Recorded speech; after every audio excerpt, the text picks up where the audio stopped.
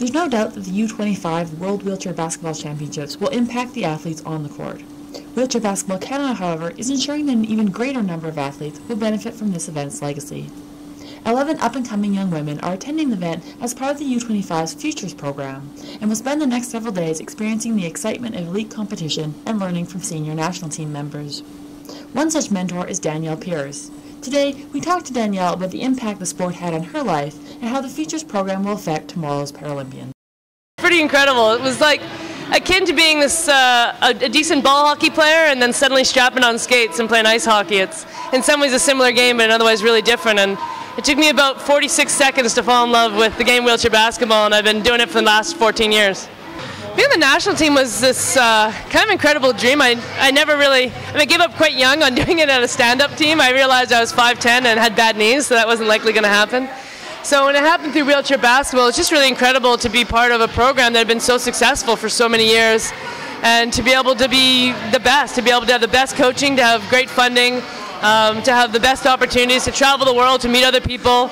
And now I'm doing my PhD on disability sports, so your career's not over when you're done playing. The program is this really incredible program where athletes who are under 25 women who did not make this national team but are involved in wheelchair basketball come together, and we have a couple mentors who are past national team athletes, and we work with them to figure out help them become better leaders in their communities, to train them so that they can also become world-class athletes in their time. So it's a chance for us to create a legacy that goes beyond these 12 athletes in this gym and that gets spread back to the rest of Canada. And, I mean, if this is the future of wheelchair basketball in Canada, I think I'm very, very excited. That there's this idea often with women who have either congenital disability or hurt when they're young, that they're fragile, that if they do sport, it'll hurt them, that they're not strong enough to do sport.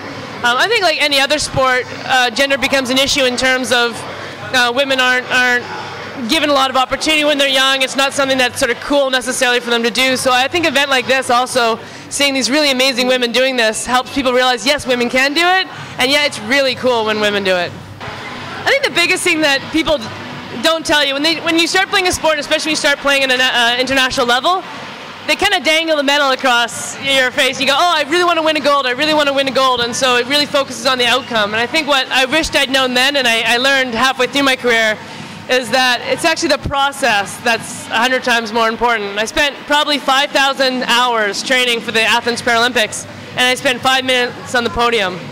And the whole 5,000 hours I was thinking about that medal, and the whole 5 minutes on the podium, and 5, 6, 7 years since, all I can think about was those 6 a.m. practices and the friends I made and the things I learned, and not only about basketball but about life. So I guess it would be really focused on the process and enjoy the process, because that's actually what it's about.